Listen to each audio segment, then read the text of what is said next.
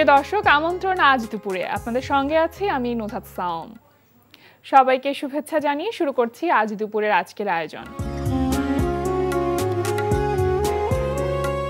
আজ থাকছে সংস্কৃতি, ইন্টারভিউ অনুষ্ঠান সূচি ও দুপুরের অতিথি। প্রথমেই থাকছে সংস্কৃতি।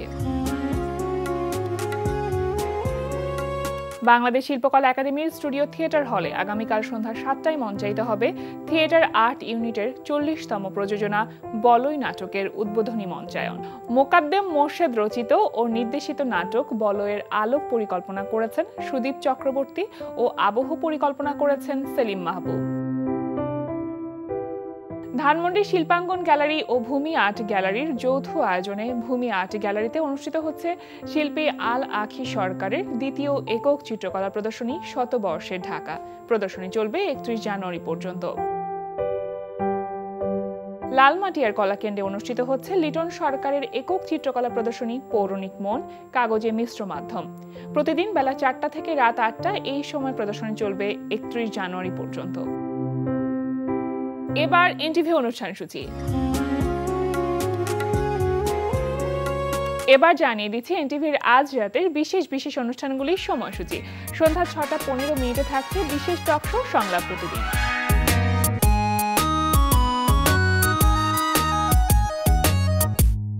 সন্ধ্যা 6টা 45 মিনিটে থাকছে কাজী মোহাম্মদ মোস্তফার প্রযোজনায় অনুষ্ঠান বিজ্ঞানে আনন্দ।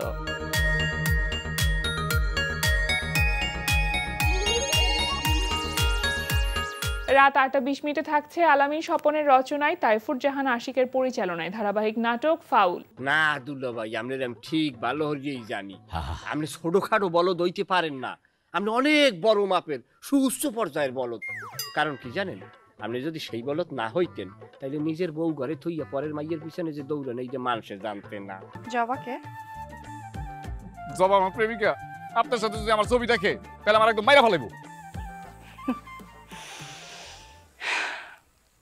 আমাদের সাথে একটা ছবিও তোলা যায় না, তাই না? আপনারা কোনোদিন আমাদের মানুষই মনে করতে পারলেন না। আপনার আবার কি হয়েছে? আপনি কেন জীবন রাখতে চান না? যেই জীবনে প্রেম নাই, ভালোবাসা নাই, কোনো রস নাই, কষ নাই, সে জীবন রাখতে কিই নেবে জানাই। রাত 9টা 30 মিনিটে থাকছে জাহাঙ্গীর চৌধুরী ও কাজী মোহাম্মদ মোস্তফার পরিচালনায় মার্সেল প্রেজেন্স হাসো সিজন 7। পাগলা বেটা পীর পাকায় খিচুড়ি হয় ক্ষীর, এল্লো টপটাপ গেল লালে লাল শাহজালাল। বাবা, হ্যাঁ, আপনারা যেখানে বসেন সেখানে তো ধোয়া কেন? ধোয়াই কি মন্ত্রের আসল শক্তি? ধোয়ার তো অনেক শক্তি আছে রে, নয়তো কি আমরা ডেঙ্গুতে মরবো নাকি? বাবা, হ্যাঁ বাবা, আমাকে বিপদ থেকে উদ্ধার করুন বাবা। এভাবে বাবা ডাকলে আমি তো শেষে বিপদে পড়ে যাবো রে। সব ছেলেরা শুধু আমার দিকে দুষ্টু নজর দেয়। কি? সব ছেলেরা শুধু আমার দিকে দুষ্টু নজর দেয়। বুঝিনি। সব ছেলেরা শুধু আমার দিকে দুষ্টু নজর দেয়। আপনি আপনার নজরটা ঠিক করুন আগে বাবা।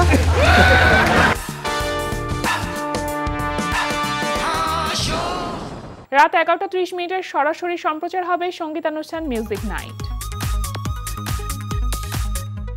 এই ছিল এনটিভির আজ রাতের বিশেষ অনুষ্ঠানগুলির সময়সূচি। এবার দুপুরের অতিথি। আগামী 25 জানুয়ারি এসএমসি বাংলাদেশের স্বাস্থ্য ক্ষেত্রে সাফল্যের সাথে 50 বছরের পথচলা পূর্ণ করতে চলেছে। বিভিন্ন উদ্ভাবনী পণ্যের বিপণন ও প্রয়োজনীয় স্বাস্থ্য সেবা প্রদানের মাধ্যমে প্রতিষ্ঠানটি গত 5 দশকে অসামান্য সাফল্য অর্জন করেছে। তাদের সাফল্য ও দীর্ঘ পথচলা সম্পর্কে জানতে চলুন কথা বলি এসএমসি ব্যবস্থাপনা পরিচালক ও সিইও তসলিম উদ্দিন খানের সঙ্গে। শুভ দুপুর স্যার, কেমন আছেন? ধন্যবাদ আপনাকে। জি আলহামদুলিল্লাহ। যেমনটি বলছিলাম দর্শককে এক্ষুনি যে আগামী 25 জানুয়ারি এসএমসি 50 বছর পূর্তি হচ্ছে।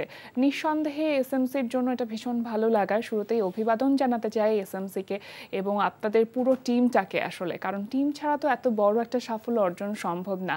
1975 সালে এসএমসি যখন শুরু হয়েছিল সেই সময়ের গল্পটা যদি একটু জানতে চাই ছোট করে, আসলে কি উদ্দেশ্যকে কেন্দ্র করে এসএমসির পথ চলা শুরু হয়? জি, আপনি যেমনটা বলেছেন আমার টিমকে আপনি অভিনন্দন জানিয়েছেন। আমি সাথে একটু অ্যাড করতে চাই। আমি অভিনন্দন জানাতে চাই এদেশের লক্ষ কোটি মানুষকে। তারা এসএমসিকে আপন করে নিয়েছে, এসএমসির প্রোডাক্ট এবং সার্ভিস তারা ব্যবহার করে, তারা বিশ্বাস এনেছে এসএমসির উপর, যার জন্য এসএমসি আজকে এখানে।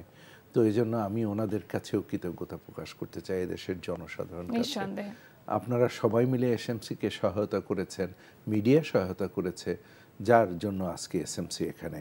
1975 যখন বাংলাদেশে জাস্ট স্বাধীনতা উত্তর, অনেক ইকোনমি হতে শুরু করে সব কিছু একটু ডিফারেন্ট, বিপর্যস্ত অবস্থা আমাদের, এবং সেই অবস্থায় rapid population growth was really A formidable challenge for Bangladesh. তো এই রেপিড পপুলেশন গ্রোথকে কিভাবে অ্যাড্রেস করা যায়, তখন 1975-এ বাংলাদেশ গভর্নমেন্ট পিএসআই নামে একটা আমেরিকান প্রতিষ্ঠান, পপুলেশন সার্ভিসেস ইন্টারন্যাশনাল, এবং আপনার এই ইউএসআইডি, উন্নয়ন সহযোগী ইউএসআইডি, এরা মিলে একটা ট্রাইপারটাইট এগ্রিমেন্ট করলো। এই এগ্রিমেন্টটা হলো যে they will support family planning project through social marketing. তো সেটার নাম হলো social marketing family planning programme. আচ্ছা, এই social marketing family planning programme কিন্তু চললো প্রায় অনেক দিন পর্যন্ত।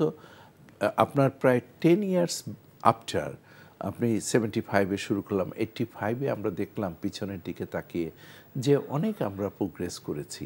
পরিবার পরিকল্পনা কর্মসূচিতেও স্টেডি গ্রোথ শুরু হয়েছে, সেটা একটা। আর এই সোশ্যাল মার্কেটিং, এটার উপরে যা দেশের জনসাধারণ ট্রাস্ট করা শুরু করেছে, তারা ডিপেন্ড করতেছে এসএমসির প্রোডাক্টের উপরে। তার আমরা যে ইনফরমেশনগুলো দিচ্ছি সেই ইনফরমেশন তারা অ্যাডাপ্ট করছে। তো এটা দেখে আমাদের কাছে মনে হলো যে এটা একটা বড় সুযোগ। এই সুযোগটাকে পাবলিক হেলথের অন্য অন্য বিষয়গুলোকে আমরা কেন ইনকর্পোরেট করব না এবং এই বেনিফিটটা নেব না। সেই থেকে আমরা কিন্তু 1985-এ 10 বছর পরে আমরা ওআরএস লঞ্চ করলাম। আমাদের ব্র্যান্ডের নাম ওরসালাইন, আপনি জানেন। এবং এটা করার পরেও দেখলাম যে মানুষের মধ্যে ওআরএস এর প্রতিও অ্যাকসেপ্টেবিলিটি আস্তে আস্তে বাড়লো। দেখেন, শিশু মৃত্যু was number 1 killer disease for diarrhoeal disease. Diarrhoea শিশু মৃত্যুর জন্য 1 নম্বরের ছিল কিলার। সেইটাই ওআরএস আস্তে আস্তে এমন একটা পজিশন করলো যে সেটা এখন কিন্তু কমে দাঁড়িয়েছে 7th or 8th। অর্থাৎ ওআরএস একটা সচেতনতা তৈরির ক্ষেত্রেও সেই সময়টাতে ওরসালাইন বা এসএমসি ওরসালাইন বলি অনেক বড় একটা ভূমিকা পালন করেছে, মিরাকেল ক্রিয়েট করেছে। তো এরকম দেখে 1990-তে আমরা চিন্তা করলাম যে এনাফ ইজ এনাফ। একটা প্রজেক্ট তো ওইভাবে এফিশিয়েন্টলি রান করতে পারে না। তো এটাকে যদি একটা প্রাতিষ্ঠানিক রূপ দেওয়া যায়, যে একটা আপনার নন ফর প্রফিট কোম্পানি করা যায়, তাহলে আরও এফিসিয়েন্সি আসবে কাজের এবং সাস্টেনেবল হবে। এক্স্যাক্টলি আমরা সেটা করলাম, একটা নন ফর প্রফিট 1990-তে। এরপরে কিন্তু আমরা আর পিছনে ফিরে তাকাই নাই। একটার পর একটা নতুন প্রোডাক্ট, নতুন স্বাস্থ্যসেবা কর্মসূচি মানুষের। দেখেন আজকে স্যানিটারি ন্যাপকিন, আমরা রুরাল এলাকায় স্যানিটারি ন্যাপকিন নাম্বার 1 পপুলার আমাদের ব্র্যান্ড জয়া, এবং এটার মাধ্যমে অ্যাফোর্ডেবল একটা প্রাইস করেছি, এবং যার ফলে সাধারণ জনগণের মধ্যে, সাধারণ মাদের মধ্যে, ক্রয় ক্ষমতার মধ্যে এবং ব্যাপকভাবে বিস্তৃত আমাদের নেটওয়ার্ক, এবং যার ফলে খুব সহজেই তারা কিনতে পারছে। যে কোনো গ্রামীণ ফার্মেসিতে গেলে বা অন্য অন্য শপে গেলে পাওয়া যাচ্ছে।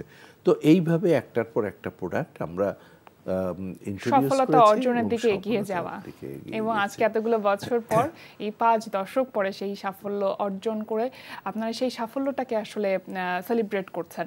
এই 25 তারিখে অর্থাৎ 25 জানুয়ারি আপনাদের এসএমসির একটি উদযাপন আছে। আপনারা কিভাবে আসলে মূলত উদযাপন করছেন এই দিনটিকে? দেখেন, এটা আমাদের জন্য অত্যন্ত গুরুত্বপূর্ণ, জাতির জন্য অত্যন্ত গুরুত্বপূর্ণ। আমরা জাতিকে একটা মেসেজ দিতে চাই যে লেভেল পর্যন্ত আমরা অগ্রগতি, আমাদের সাফল্য অর্জন করেছি, এটা কিছুই না। এখনও অনেক সমস্যা আছে বাংলাদেশে। এখনও দেখেন, 2টা অ্যাডোলেসেন্টের মধ্যে একটা অ্যাডোলেসেন্টের বিয়ে হয়ে যায় 18 ইয়ার্সের মধ্যে। তার মধ্যে 2/3 মতো প্রেগনেন্ট হয়ে যায়। আপনি ব্রেস্ট ফিডিং, এখনও 50% মা breast feeding, exclusive breast feeding, আর বাকিরা কিন্তু এক্সক্লুসিভ ব্রেস্ট ফিড না, যেটা খুবই দরকার। আপনার ইনস্টিটিউশনাল ডেলিভারি এখনো 35% মতো প্রেগনেন্ট মার হচ্ছে না। আচ্ছা। আমরা চাই এটা ইউনিভার্সাল হোক। বাংলাদেশে এখনো 3.5 থেকে 4,000 মা দ্য ম্যাটারনাল ডেথ হয়, অর্থাৎ সন্তান জন্ম দিতে গিয়ে কমপ্লিকেশনে মারা যায়। আমি এরকম অসংখ্য ইন্ডিকেটরের কথা বলতে পারবো যে বাংলাদেশের স্বাস্থ্য ব্যবস্থায় এখনো অনেক পরিবর্তন দরকার। এসএমসি এখানে কাজ করবে এদেশের জনসাধারণের সাথে এবং এই পরিবর্তনগুলো করবে, কিন্তু এইটা আমাদের সব থেকে একটা অত্যন্ত গুরুত্বপূর্ণ দিক। আর একটা বিষয় হলো যে এই বিষয়গুলো কি আমরা ন্যাশনাল লেভেলে জানাতে চাই, আমরা এশিওর করতে চাই যে বাংলাদেশের জনগণকে যে আমরা তাদের সাথে আছি এবং এটাকে আমরা বিভিন্নভাবে এই দিনটিকে উদযাপন করতে চাই, যাতে করে সাধারণ মানুষের মধ্যে একটা ব্যাপক সাড়া পড়ে, সচেতন হয় যে তারা এসএমসির সেলিব্রেশনের সাথে জনসাধারণকে একত্রিত করে আপনারা আসলে এই সেলিব্রেশনটা করতে চান। তারাও আমাদের সাথে অংশগ্রহণ করুক এবং তারা এশিওর্ড হোক যে এসএমসি তাদের পাশে থাকবে আগামী অনাগত দিনগুলোতেও। যে কোনো বিজনেসের ক্ষেত্রে বিজনেস মডেলটা খুব বেশি ইম্পর্টেন্ট। তো সেক্ষেত্রে আপনাদের যে বিজনেস মডেল সেটা দেশ পেরিয়ে দেশের বাহিরেও আসলে সমাদৃত হয়েছে। মূলত আপনাদের এই রোল মডেলটা আসলে কিভাবে তৈরি হলো, বা বিজনেস মডেলটার স্ট্র্যাটেজিটা কি? দেখেন, একটু আগে আমি বলেছি কিন্তু এসএমসি একটা নন ফর প্রফিট কোম্পানি। এখন আবার বিজনেস মডেলের কথা বলতেছি, তাহলে এটা কিভাবে আসলো? এই নন ফর প্রফিট কোম্পানিটি 2014-এ দেখলো যে যদি আমরা ফিউচারে ডেভেলপমেন্ট এজেন্সিগুলোর আগের মতো হয়তো ফিনান্সিয়াল সাপোর্ট বাংলাদেশে কতদিন করে সেটা একটা বিষয়, আর একটা বিষয় নিজেদের পায়ে তো নিজেরা একসময় দাঁড়াতেই হবে। তো আমরা একটা ফর প্রফিট আমরা এন্টারপ্রাইজ করলাম। এটা হলো 2014-এ, মানে লিমিটেড কোম্পানি। জি, একটা এন্টারপ্রাইজ লিমিটেড কোম্পানি। তো ডেফিনেটলি, এবং এটা করলাম এই কারণে যে ওখান থেকে সারপ্লাস রেভিনিউ আসবে। যেসব প্রোডাক্ট আমাদের খুব পপুলার হয়ে গেছে, তারা সারপ্লাস রেভিনিউ করে তাদেরকে ওখানে আমরা ট্রান্সফার করলাম, এবং ওইখান থেকে যে সারপ্লাস রেভিনিউ পাই, that surplus revenue will be ploughing back for programme implementation. Exactly তাই করতেছে। They did excellent job. এখন তারা ওইখান থেকে আর্ন করছে, এই আর্নিংটার একটা অংশ আবার আমরা ব্যয় করছি এদেশের জনগণের কল্যাণের জন্য, যেটা ডেভেলপমেন্ট পার্টনারদের অর্থ আছে প্লাস নিজেদের অর্থ। তো এই যে একটা মডেল, এই মডেলটা কিন্তু সারা ওয়ার্ল্ডে যারা নন ফর প্রফিট অ্যাক্টিভিটিসের মধ্যে জড়িত, তারা কিন্তু এটাকে একটা মডেল হিসেবে নিতে পারে তাদের জন্য, যাতে করে তারা লং রানে সাস্টেইন করে। কেননা শুধুমাত্র সহায়তা দিয়ে হয়তো খুব একটা আগানো যাবে না, আগামীতে মানে মার্কেটে সাস্টেইন করাটা খুব ইম্পর্টেন্ট। তো সেই কাজটা আমরা যেটা করেছি এবং মিরাকলি কাজ করেছে, এসএমসি এন্টারপ্রাইজ ভালো করেছে, এসএমসি প্রোগ্রাম ইমপ্লিমেন্টেশন করতেছে, এসএমসি হোল্ডিংয়ের একটা সাবসিডিয়ারি হিসেবে তাদের কাছ থেকে আমরা অর্থ নিচ্ছি। তো এই যে একটা মডেল, এইটাই একটা বিজনেস মডেল। এই বিজনেস মডেলটাকে আমরা রেপ্লিকেট করতে চাই সারা পৃথিবীতে, যারা এইরকম সোশ্যাল মার্কেটিং কার্যক্রম পরিচালনা করে অথবা অন্য অন্য নন ফর প্রফিট কাজ তারা করে। আচ্ছা, আর এসএমসির স্বাস্থ্য কর্মসূচি যেগুলো আছে সেগুলো বাস্তবায়িত হয় মূলত স্টার নেটওয়ার্কের মাধ্যমে। সেটা সম্পর্কে যদি একটু বলতেন যে মূলত স্টার নেটওয়ার্কটা কি, বা সেটা কিভাবে মেইনটেইন করেন আপনারা? দেখেন, আমরা প্রাইভেট সেক্টরের সাথে সবসময় কাজ করি। আমরা এইখানে 5টা যে নেটওয়ার্ক আছে, দে আর লাইফলাইন ফর এসএমসি প্রোগ্রাম।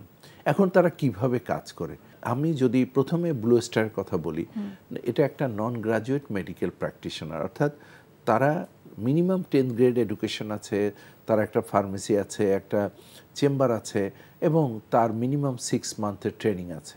তো এদেরকে আমরা রিক্রুট করে তারপরে এদেরকে প্রতিনিয়ত আমরা প্রশিক্ষণ দিই, এদের ক্যাপাসিটি বিল্ড করি, এবং এরা সোসাইটিতে, কমিউনিটিতে কন্ট্রিবিউট করে। তারা পাবলিক হেলথের বিভিন্ন সেবা, ইনজেক্টেবল সার্ভিস দেয়, কন্ট্রাসেপটিভ সার্ভিস দেয়।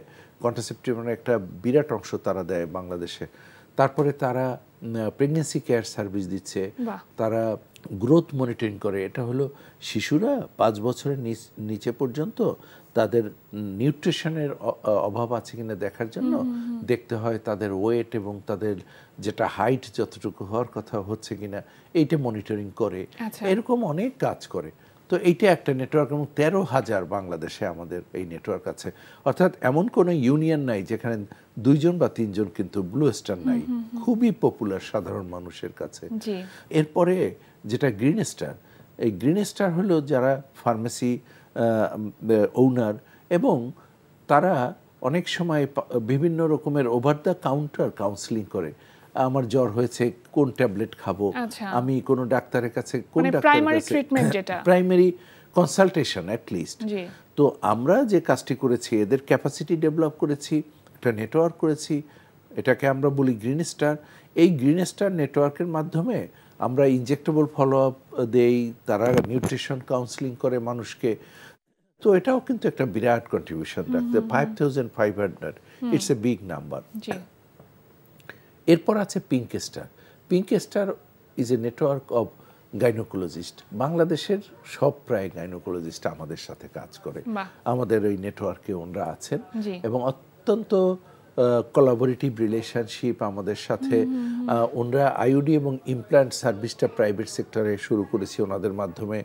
ট্রিমেন্ডাস সাপোর্ট উই গট, এবং আইওডি ইমপ্ল্যান্ট আস্তে আস্তে বেড়ে যাচ্ছে প্রাইভেট সেক্টরে ওনাদের মাধ্যমে। ওনাদের মাধ্যমে আরেকটা কাজ করি আমরা, এই যে প্রেগনেন্সি, যেহেতু তারা সব প্রেগনেন্টরাই তাদের কাছে যায়, ওইখানে আমরা নিউট্রিশন ডিমান্ড, নিউট্রিশনের যেটা অভাব আছে সেটা দূর করার জন্য আমরা মাল্টিপল মাইক্রোনিউট্রিয়েন্ট সাপ্লিমেন্ট যেটা ইন্ট্রোডিউস করেছি, ওনরা এটা প্রমোট করে, প্রেসক্রিপশন করে। তো ওনাদের সাথে এইটাও কোলাবোরেশন আছে। ফোর্থ যেটা, সেটা হলো আমরা বলি রোজ স্টার। সবগুলো কিন্তু স্টার এবং কালার আপনি খেয়াল করেন। এই রোজ স্টার হলো আমাদের পেডিট্রিশিয়ান যারা আছে, প্রায় 350 পেডিট্রিশিয়ান কিন্তু আমাদের নেটওয়ার্কে আছে। এরাও গ্রোথ মনিটরিং এর সাথে বাচ্চাদের যে দেখেন, কেন এটা, বাচ্চারা অসুস্থ হলে তাদের চিকিৎসা করতে হবে, কিন্তু সুস্থ অবস্থায় তার গ্রোথ কীরকম হচ্ছে এটা যদি দেখি, তাহলে নিউট্রিশনের চাহিদাটাও আমি বুঝতে পারবো, এবং এটা যদি অভাবগুলো দূর করতে পারি তাহলে কিন্তু মিরাকেল হবে দেশের স্বাস্থ্য ব্যবস্থায়, বাচ্চাদের শিশু স্বাস্থ্যে। তো সেটা আছে। আরেকটা ফাইনাল যেটা আছে, সেটা আপনি অত্যন্ত খুশি হবেন, এটা প্রায় 120টা উপজেলায় আমাদের প্রায় 4,000-এর মতো আছে। এটা গ্রামীণ উদ্যোক্তা, যারা গ্রামে একটু মার্জিনাল গ্রুপ, তারা যদি উদ্যোক্তা হতে চায় আমাদের রিক্রুট করি, এবং করে তাদেরকে ট্রেনিং দেই। তারা দুটো কাজ করে, পাবলিক হেলথ সার্ভিসটা, মেসেজটা মানুষের দোরগোড়ায় পৌঁছে দেয়, এবং আমাদের যে পাবলিক হেলথ প্রোডাক্টগুলো আছে তারা ট্রেড প্রাইসে নিয়ে রিটেল প্রাইসে বিক্রি করে, মার্জিন ইজ দেয়ার। আপনি অবাক হবেন, এই ব্যবসা করে তারা, এই কার্যক্রম করে তারা তাদের সমাজে প্রতিষ্ঠিত করেছে, নিজেদের পরিবারে প্রতিষ্ঠিত করেছে, ডিসিশন মেকিংয়ে তাদের একটা ভূমিকা আছে, পরিবারের লাইফস্টাইল চেঞ্জ করে। মূলত বলা যেতে পারে যে বেকারত্ব দূরীকরণে অনেক বড় একটা ভূমিকা রেখেছে। একটু জানতে চাইবো স্যার, যে এই যে এতগুলো নেটওয়ার্কের কথা বলছিলেন, এবং আপনারা তো রুরাল এরিয়াতে কাজ করেন, সেক্ষেত্রে আসলে মানে আপনাদের যে ব্যারিয়ারগুলো, যে কোনো তো বিজনেস রান করতে গেলে অনেক রকম ব্যারিয়ার থাকে, অনেক চ্যালেঞ্জেস থাকে, কোথায় কোথায় আসলে চ্যালেঞ্জেস বা ব্যারিয়ার ফেস করেছেন মূলত? না, ব্যারিয়ার তো প্রথম থেকেই আমরা শুরু করেছি ফেস করার। দেখেন 1975-এ কেউ তো ব্যবসা করতে নামে নাই। তখন বাংলাদেশে কোনো ওরাল কন্ট্রাসেপটিভ পিল বা কন্ডম সরকারি প্রচেষ্টায় এটা বিনা পয়সায় এই সার্ভিসটা দেওয়া হতো, ফ্রি ডিস্ট্রিবিউশন, আর আমরা সোশ্যাল মার্কেটিংয়ে নমিনাল প্রাইস নিলাম। ইট ওয়াজ ভেরি চ্যালেঞ্জিং, কারণ তখন পরিবার পরিকল্পনা অ্যাকসেপ্টেন্সি 10%-এর কম ছিল, মানে চাহিদা তৈরির ক্ষেত্রে একটা বড় চ্যালেঞ্জ ছিল। তো চাহিদা ছিল না, শুধু তাই না, আমাদের আজকের মতো তো অবস্থা ছিল না যে আমরা এই টেলিভিশন চ্যানেলের সামনে বসবো, 30টা চ্যানেল আছে, ওরকম না। আমাদের শুধু রেডিওর উপর ডিপেন্ড করতে হয়েছে, আর বাংলাদেশ টেলিভিশন তারও তো রিচ এতটা ছিল না। তো আমরা বিভিন্ন ইনোভেটিভ পদ্ধতিতে মানুষের দোরগোড়ায় পৌঁছতাম। আমাদের যেটা মোবাইল ফিল্ম ইউনিট ছিল, সেইগুলো নিয়ে গ্রামে চলে যেতাম, গ্রামে গিয়ে ওখানে শো ফিল্ম দেখাতাম, মানুষকে সচেতন করতাম। 75-এর কথা আমি বলতেছি, 75 to 80। কিন্তু সমস্যাটা হলো অনেক সময় এত রেসিস্টেন্স ছিল যে আমরা পালিয়ে চলে আসতে হয়েছে, যে তারা এটা পরিবার পরিকল্পনা কর্মসূচি, ইসলাম বিরোধী একটা কাজ করতে তারা এসেছে। অনেক রিটেল আউটলেটে আমাদের প্রোডাক্ট রাখতো না, যে এটা এটা এটা রাখা বুঝি একটা কোন পাপের মধ্যে পড়ি। তো সেই অবস্থা থেকে কিন্তু পরিবর্তন করেছে এসএমসি, একটা মানে সারা মানসিকতা বা দৃষ্টিভঙ্গির জায়গাটা পরিবর্তিত হয়েছে। একটা বিরাট ভূমিকা রেখেছে এবং বাংলাদেশে এখন অর্ধেকেরও বেশি কন্ট্রাসেপশন, অর্ধেকের মতো এসএমসি ব্র্যান্ডেড। আজকে যে পরিবার পরিকল্পনার বিস্ময়কর সাফল্য, আমরা একটা বড় অংশীদার। এইটা কিন্তু এখনো শেষ হয় নাই। নতুন নতুন যখন দেখেন, আমরা ব্রেস্ট ফিডিং নিয়ে এক্সক্লুসিভ কাজ করি, এখনও কিন্তু 50% মা, এই যারা ওয়েল অফ তারাও অনেক সময় এক্সক্লুসিভ ব্রেস্ট ফিড করে না, কিন্তু আমরা জানি যেটা কতটা দরকার ওই শিশুটির জন্য। বাংলাদেশে যারা একটু প্রান্তিক জনগোষ্ঠী, তাদের মধ্যে অনেকেই এখনও সেন্টারে তাদের ডেলিভারি করে না, কিন্তু আমরা জানি শিশু মৃত্যুর জন্য এতটা কতটা দরকার। এই যার জন্য এই সব বিষয়েও এখনো কিন্তু আমাদের প্রচুর ইনভেস্ট করতে হয়, জনসচেতনতা। অ্যাডোলেসেন্ট 18 বছরের নিচে বিয়ে হওয়া আইন আছে, কিন্তু বাংলাদেশে 50%-এর মতো 18 বছরের নিচে বিয়ে হয়ে যাচ্ছে। তো এটা এখন যদি আমাকে প্রশ্ন করেন এর সমাধান কি, সমাধান কিন্তু জনসচেতনতা। এসএমসি যে কাজটা করে, তো এসএমসি এই কাজগুলো করে যাবে বাংলাদেশের সার্বিক জনস্বাস্থ্যের উন্নয়নের জন্য। অবশ্যই আপনি যে পরিকল্পনাগুলোর কথা বলছিলেন এতক্ষণ ধরে, সমস্ত পরিকল্পনা যেন সফল হয় সেই প্রত্যাশাই করি। 50 বছরের এই সফল বর্ষপূর্তি আরও 50 বছর কেন, আরও 500 বছর ছাড়িয়ে যাক, শুভকামনা রইল সব কিছুর জন্য। আর আজকে আমাদের আয়োজনে আসবার জন্য, এত চমৎকার করে কিছু কথা বলবার জন্য আপনাকে অসংখ্য ধন্যবাদ। আপনাকে ধন্যবাদ, এনটিভিকে ধন্যবাদ, দেশের জনগণকেও অভিনন্দন আজকে এই 50 বছর আমাদের পাশে থাকার জন্য। প্রিয় দর্শক, আমরা চলে এসেছি অনুষ্ঠানের শেষ প্রান্তে। অনুষ্ঠান সম্পর্কে আপনার মতামত জানাতে মেইল করুন আজ দুপুরে @ntvbd.com এ। বিশ্বের যে কোনো প্রান্ত থেকে যে কোনো সময় আজ দুপুরে দেখতে ভিজিট করুন আমাদের পূর্ণাঙ্গ ওয়েব পোর্টাল www.ntvbd.com। এছাড়া এনটিভির সব জনপ্রিয় অনুষ্ঠান ও খবরের আপডেট পেতে ভিজিট করুন আমাদের ইউটিউব চ্যানেল ও ভেরিফাইড ফেসবুক পেজে। সবার মঙ্গল কামনায় আজকের মতো এখানেই শেষ করছি। শুভ দুপুর।